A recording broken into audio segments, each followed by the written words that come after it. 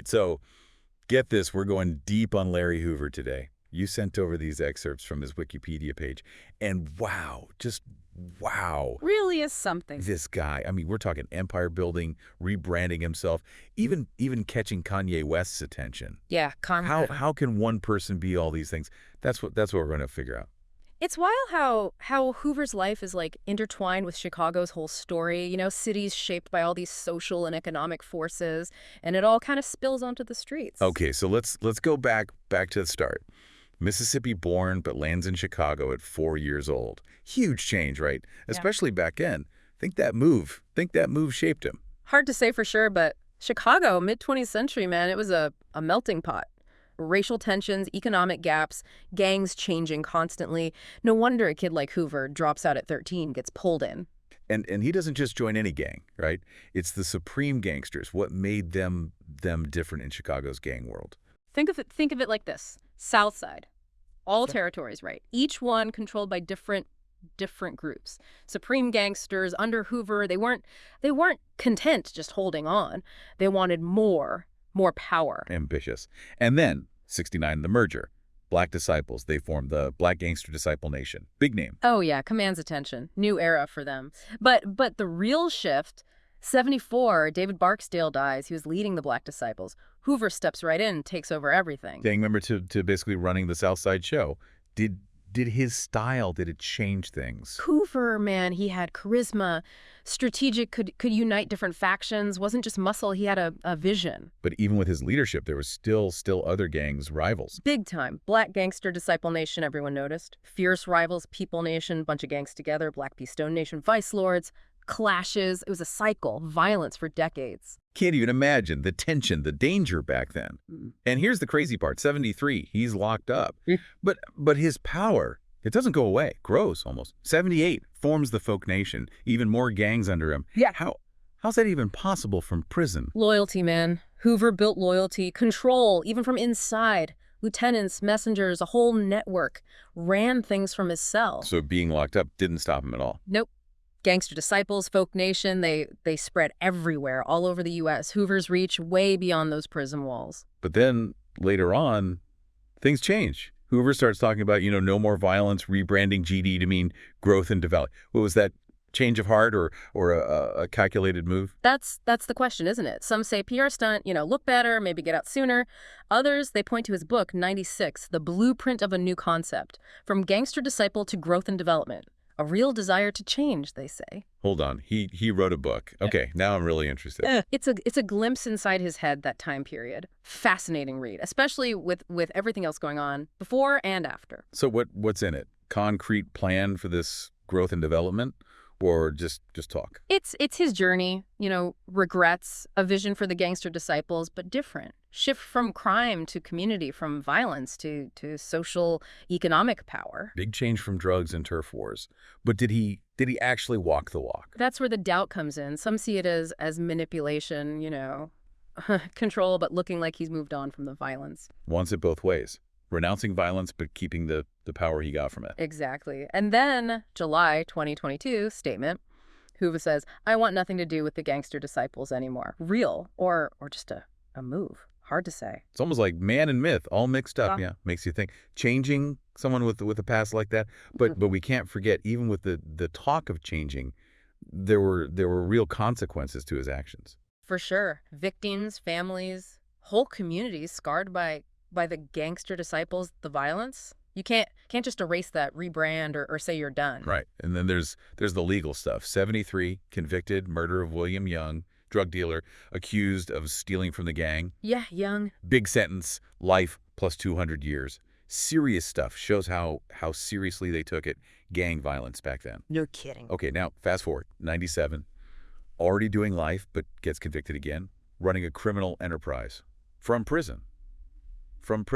How? Shows you control, even locked up. Investigation took 17 years, wiretaps, informants, the whole 9 yards. 17 years. That's longer than some folks' careers. What'd they even find? Huge operation. Gangster Disciples with Hoover calling the shots from inside. 30,000 members making like $100 million a year. Drugs, all sorts of illegal stuff. Like a Fortune 500, but from a cell. Crazy. Makes you wonder, right? Prison, rehabilitation, all that. If someone can pull strings like that, locked up, what does it say about the system? Yeah, no easy answers there. So where is he now? ADX Florence, Colorado. Supermax. You know, the really serious one. Oh, yeah, ADX Florence. Yeah. Heard it called like a clean version of hell. Isolation, 23 hours a day, alone. Little contact, no outside world, really. Far cry from all that power he had. Hard to picture powerful gang leader to that. But even now, there are people. They want him out. His wife, Wendy Jenkins Hoover, she's been fighting for him. Clemency started the Larry Hoover Project, getting his story out there, pushing for a review of his sentence. Larry Hoover Project. What's their main argument? Are they saying he's innocent or just that he's done enough time? It's more about Hoover's changed, they say, admits his mistakes, wants to do good, done his time, deserves the second chance, they argue. Redemption. But how do you get past what he did? Accountability versus second chances. Tough question. Tough question for everyone, not just Hoover. Justice system, forgiveness, what does rehabilitation really mean? We gotta talk about it. Interesting how this project changes the story. Not just the gangster, the crime boss, but about change, maybe a different future. So even people who do bad things, they're human, they can grow, change. Whether you buy Hoover's redemption, that's up to you. But it makes you think justice, forgiveness, second chances, all that. And then there's the Kanye thing. Yeah. Famous rapper wants a convicted gang leader freed. Doesn't happen every day. Strange pairing, sure. But shows you how Hoover's story, people are drawn to it. Kanye, he admires him in a way, sees him as a survivor, a product of a system that chews people up, especially in certain communities. So it's not just Hoover's, it's bigger than that. The system, what leads to crime, to prison. Yeah, exactly. Fits with Kanye's other stuff, social justice, especially for Black communities. And it's not just talk, right? Kanye actually tried to get Trump to pardon him back in 2018. Then there was that Free Larry Hoover concert, December 2021, with Drake. Huge.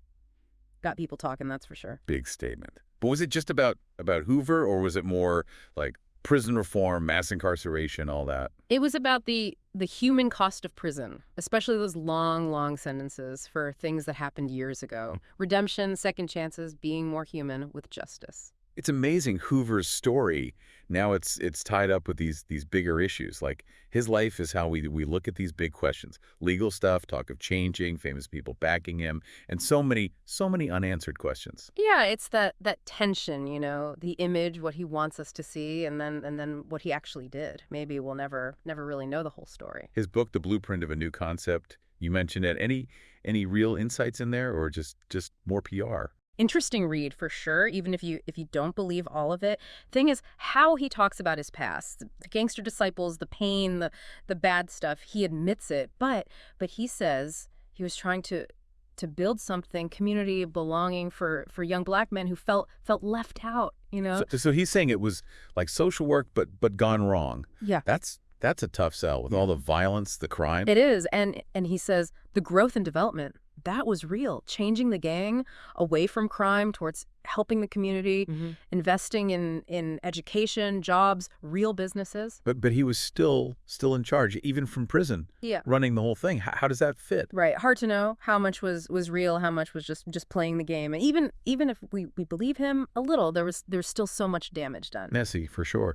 And then his wife, the Larry Hoover Project, they want him pardoned, saying he's changed. Do they deal with all these contradictions? They focus on him growing, changing, being a force for peace inside prison. They say he's done his time, he's different now, deserves a chance to give back. But aren't we kind of forgetting what he did? Accountability, redemption. Yeah. Where's the balance? That's bigger than just Hoover. It's about all of us, our justice system. What does forgiveness mean? Second chances. We got to figure that out. And then Kanye West, wow, world famous, and he's fighting for Larry Hoover.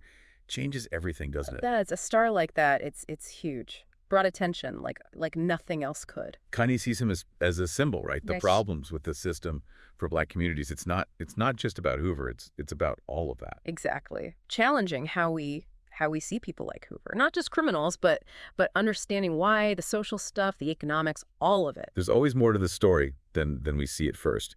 Larry Hoover built a criminal empire, then wanted to be a community leader, and now Kanye West is on his side.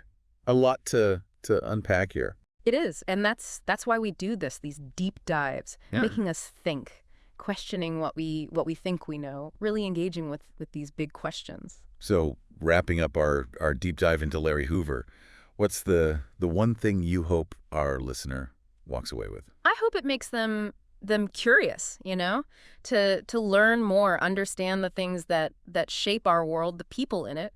Larry Hoover's story, it reminds us that even the simply stories, they're usually complicated, full of contradictions. Well said. And on that note, I think we've reached the end of our deep dive. We have, but the conversation, thinking about all this, I hope that continues. Absolutely. Thanks for being with us on this journey, and we'll see you next time on the deep dive.